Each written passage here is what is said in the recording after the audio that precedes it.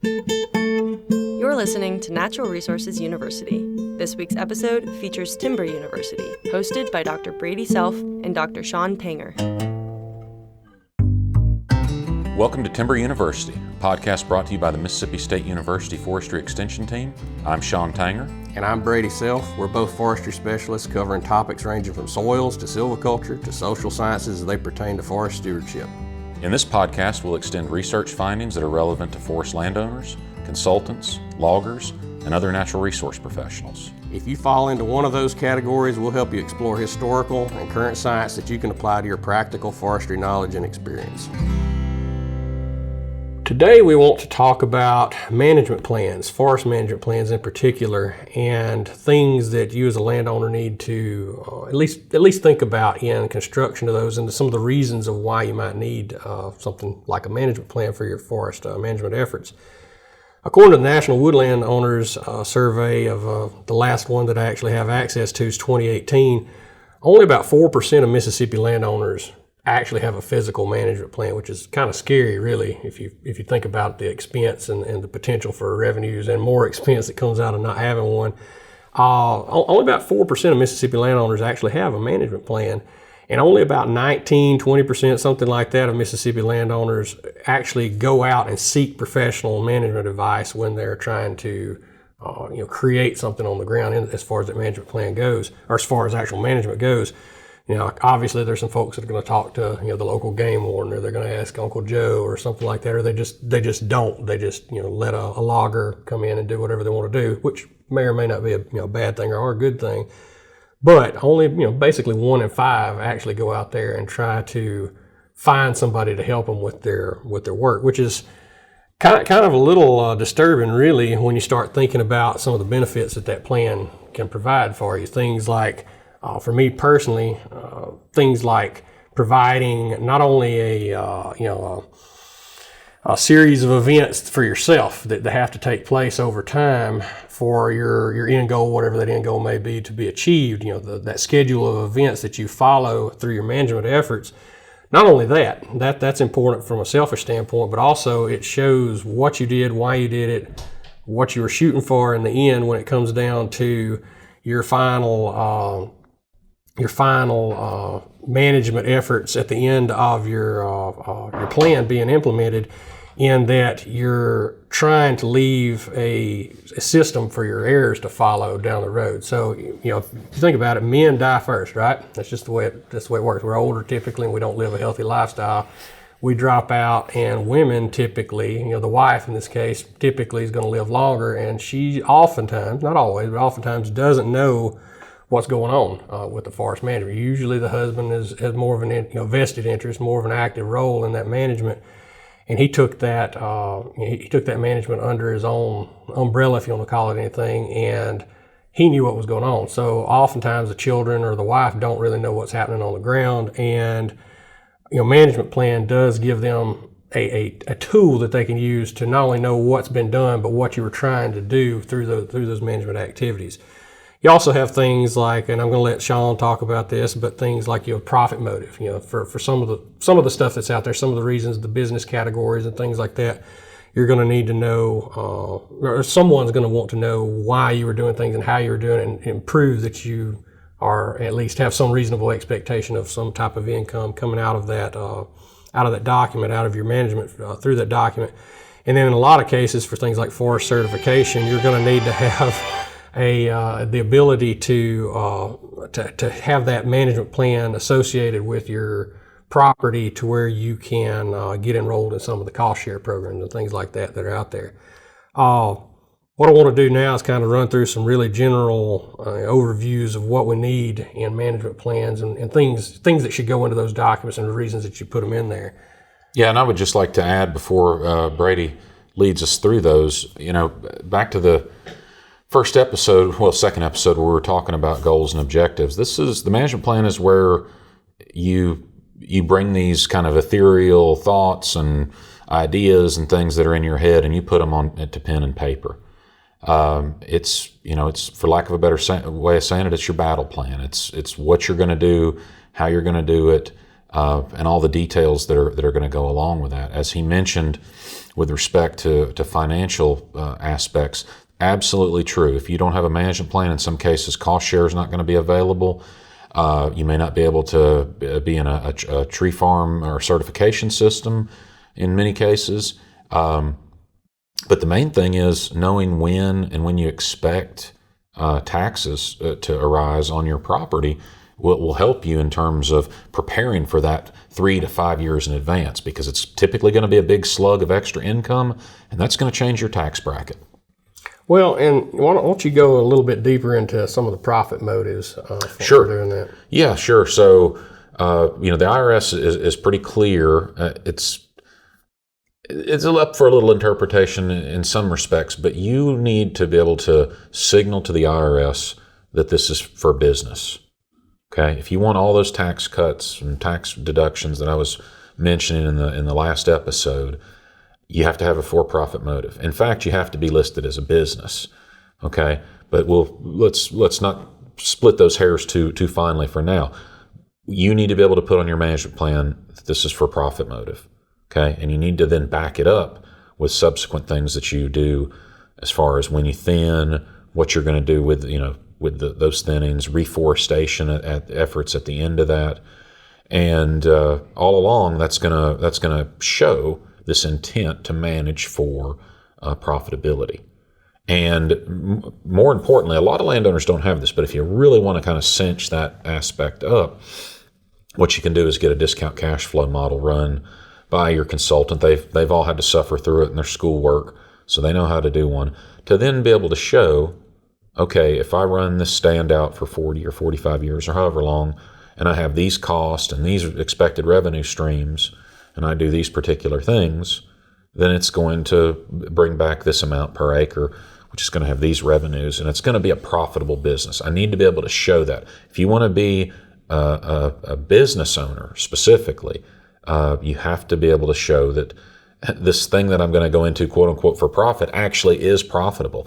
Now, at the end, if it turned out that it wasn't for any number of reasons, you're not going to go to jail, at least not yet. We don't know what happened in the future with these things. But you need to be able to show intent. You're trying to show as many signals to the IRS and the federal government as you can that indeed this is for a profitable business venture, and it's not me just trying to play games with the tax code. So basically, keep really good records and keep your hands clean. Keep good records. Keep records that are deliberate. Right? If it walks like a duck and talks like a duck, right, it is. And so, if you're behaving in a way that a profitable business venture would behave, then indeed you are at least signaling that you're moving in that direction. Again, back to the point I made in the last episode about buying the $1 million piece of equipment for 20 or 30 acres. That's not a good signal to send, because when you're running your discount cash flow model, it's likely gonna turn it into the red instead of staying in the black. Sure. Well, I guess in the interest of keeping this thing as relatively concise as we can, let's talk a little bit about some of the things that go into a management plan as far as actually construction of that plan, the items that you want to include in there. Typically, depending on what you look at, depending on who's actually writing the plan, depending on what stand type you're talking about, obviously something like pines are going to have a different re-entry schedule than something like hardwoods. Typically what you see out there is around 10 years in a management plan. Some of them will be 5 years in length, something like that. And the obvious things, your name, the legal description of the property, who actually owns the property, which sometimes isn't as cut and dried as you think it might be, where you get into situations where you have a whole lot of landowners on one particular tract. The things that you don't want done with the property, the things that you do want done with the property, all that kind of stuff goes into that plan. Typically, the way you're gonna start this thing out is you're gonna lay out a very detailed map, not just with boundaries, but not property boundaries by themselves, but stand boundaries, roads, timber types, things like ponds, specialty areas or special areas where you don't want anything done or where you want limited activity, things like that. And then what your objectives are for each one of those particular stand types or polygons inside your map, if you want to call it anything like that. And then that schedule of activities that we talked about, not just I want to thin it at some point, but actually set some defined point in time of I want to thin at age 15, assuming my growth rates are where they need to be, and I can have a market and et cetera, et cetera. All things even, a set time that you want to do things, and not only major activities, but also anything minor that you want to do in regards to some of those where you bring in certain types of wildlife uses and things like prescribed fire or food plot construction or daylighting roads or things like that. You get as much information in that plan as you possibly can for whoever winds up following down that trail later on if you don't finish that plan out. And then, of course, the financial analysis. That's one of the big, that you talked about. That's one of the big components. Yeah, the interesting thing is when it comes to timber taxes, right? The certain tax provisions follow the piece of property that has what's called a qualified timber property, and you may own 100 acres. But based off of reasonable differences between different stands that you may have on the property, what the IRS will refer to as blocks, you may decide to run 2 or 3 different, blocks over time. One of those blocks may be mostly hardwoods. One of those blocks may be mostly pine. One may be, at the pulpwood stage. One's at the saw timber stage. So there's a little bit of an age stagger. So in each of those cases, you'd have separate, tax issues that you would have to address on each of those pieces of the property. Now, the management plan could encompass all 3 of those, but you would then also be keeping records individually for tax purposes, or Form T, things like that, which we'll talk about in a future episode, that I would then also add, right? It would be another layer of records with my Form T and my tax, tax filings, that I would then also have with that management plan. But it's sort of the grand master, right? It's the overseen picture that you're then going to dive into more, and there's going to be tax implications for whether or not you split those things out. Can try to keep them all, in one big pool. There's benefits and costs to doing either one of those. Sure, and I mean along with those records that you're keeping, one of the things that I've actually seen people fail to record down is when they may have the records in there, and you can kind of backtrack and figure out what they did, but they don't actually record it down in their plan when they complete one of those. So it's not at all unusual to find someone that has a property, especially that they inherit. They go, well, yeah, we worked in it sometime. I don't know when. Yeah. And so again, that your record of what you did as you move through it, not just in for tax purposes, but literally for management purposes, to know what you did and when you did it, to where you can plan into the future with where you want to go down the road. The interactions and effects of things that you've done in the past could alter the way people who are going to inherit the property, sure, or who are taking over management, or a consultant who's coming on maybe 15 years into the management plan and going to try to help you manage better or in a different way. They need that information, in some cases, because it could lead to some catastrophe on the property, thinking of, chemical interactions, things like that. But, a lot of times people won't even know when the trees were planted. Yeah. They won't have that recorded. I run into that a lot more regularly than I really want to admit. But you're right. So I mean, that's kind of a very brief, not all-encompassing list of things that kind of go, that you want to think about at least going into a management plan. And then we talked a little bit about some of the other reasons for having it. One of them being cost share programs.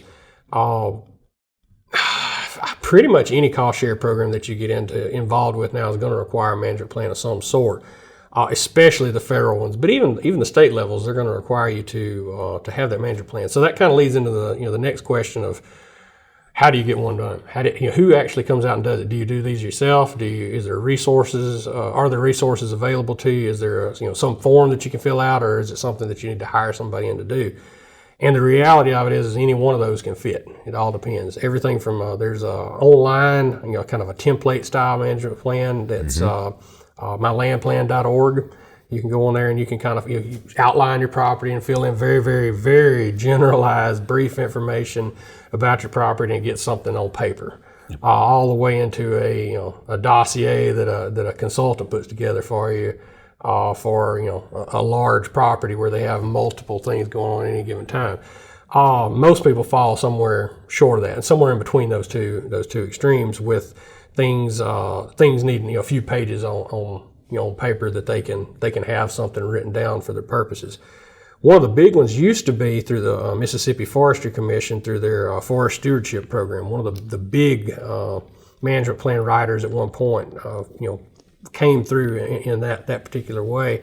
And the Forestry Commission will still write those plans for you. It's a lot harder for them to do things now than it used to be. But they can write those up to, I believe it's 250 acres on the top end that they can write management plans for. And there is a fee. There's a nominal fee of some sort. There's also the tree farm system, American Tree Farm System, that will send out foresters that are volunteers to help write management plans for you. But the problem with those is, again, you get into logistics issues. You get, it's just slow in a lot of cases, because they only have a certain amount of tree farm inspectors. Mm-hmm. So they can, almost under the other umbrella there of, they're working as a consultant when they do that, almost, some of them. But they can be involved, and they can help with that kind of thing, more on the consulting side than anything else. And then, of course, a consultant. You can always have a consultant come out and put a plan together for you. That's going to cost you. You have a consultant out there cruising the timber, putting things together, using GIS to actually create a very, very accurate map for you. I'm not going to say those are the best, but in reality, they probably are going to be a little bit better than what you would have had under one of the free systems. Sure. Those are usually going to be performed by somebody that's got a little bit more property than 50 acres or something like that. Those are usually going to be done on a larger property. You get what you pay for. So, a lot more detail is going to go into something like that than one of the others. I would add too, we always recommend consultants. Sure. If you can afford to have one. All the studies show that you net out, even though you have to pay them, you net out about 10 to 15% more from their professional efforts, even after you've paid for them. Mm-hmm. The other thing is, when you get the property, let's say it's bare ground and you need to plant, well, they can help you find seedlings. They can help you get cost share for the reforestation. They know about the reforestation tax credit. They know how to help you set up your basis accounts, which we'll talk about, and those are very important. If it's already got trees on it, that's also really important, because they can come out and get an inventory of what's out there, and then they can also go and create the basis account there. Whenever you start your land management, your ownership, you want the management plan, because the thing that goes with the management plan is the tax setup, the silviculture treatments that you want to do, all of these different things. It's where you get started. It's where you set the oven, right? You're setting the temperature to bake the product that you want, and it's important to do these steps together. So we would definitely recommend a consultant. If you have questions about where to find one, you can reach out to Brady or myself. The Mississippi Board of Registered Foresters. There's a website where you can find registered foresters in your county or nearby counties. And then you just have to do the same way you would with anything else, right? You call around, kick the tires, yeah, and see who jives with you the best, and go from there. Yep, absolutely. And the one thing that I hear that as far as an argument against having a written management plan is it's expensive. That's what you always hear. So we've laid out a few ways that you can obtain one free or very, very cheaply. But even if you do get into a situation where you got to pay that, whatever the cost is, you got to pay that forester to come do it. If it's included as part of their overall services, which that's becoming less of a thing than it used to be, and it's more of a fee-based thing now. But even if it is included as part of their doing business or not, you got to remember, using that forester, even though they're going to charge you a commission, obviously it pays them to help you, right? The more commission they make, the better in their mind. But even if you get into a situation where they're charging you commission, the trade-off, the old literature said 35% of a trade, from the extra cash basically that you bring in through the use of a consultant versus not using a consultant. I think that's probably my personal belief is that's probably pretty close still. In some cases, it's even more. I'll see 50 cents. I've seen 20 cents on the dollar in some cases. Okay. With simply by using a consultant. So it sets the ground to have that relationship with a consultant that can help you. So even if they are charging you extra to do that management plan, you start. They know your property after all's said and done. It's like anything else, good records, right? Yep, and if the more scrutiny you think you're going to get from the IRS, which if you're going to classify as a business who owns forest land, get ready because they will challenge you because it doesn't look like most businesses. Yeah. So the more professional and detailed your plan looks, the more legitimate you trying to position yourself as a business owner looks as well. Now, personal or even maybe an investor, not as big of a deal, but again, long-term planning, the components of the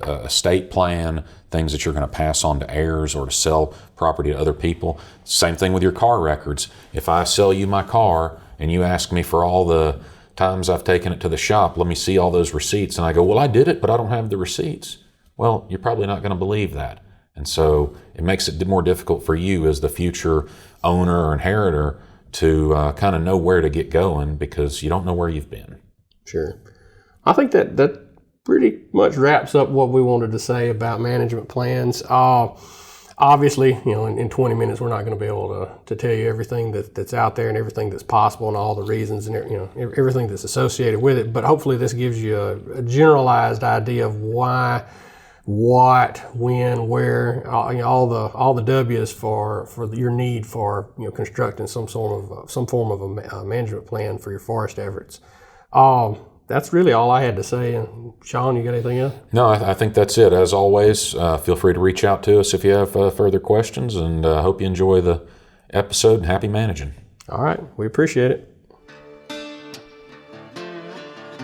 The Timber University podcast has been brought to you by Mississippi State University Extension Forestry.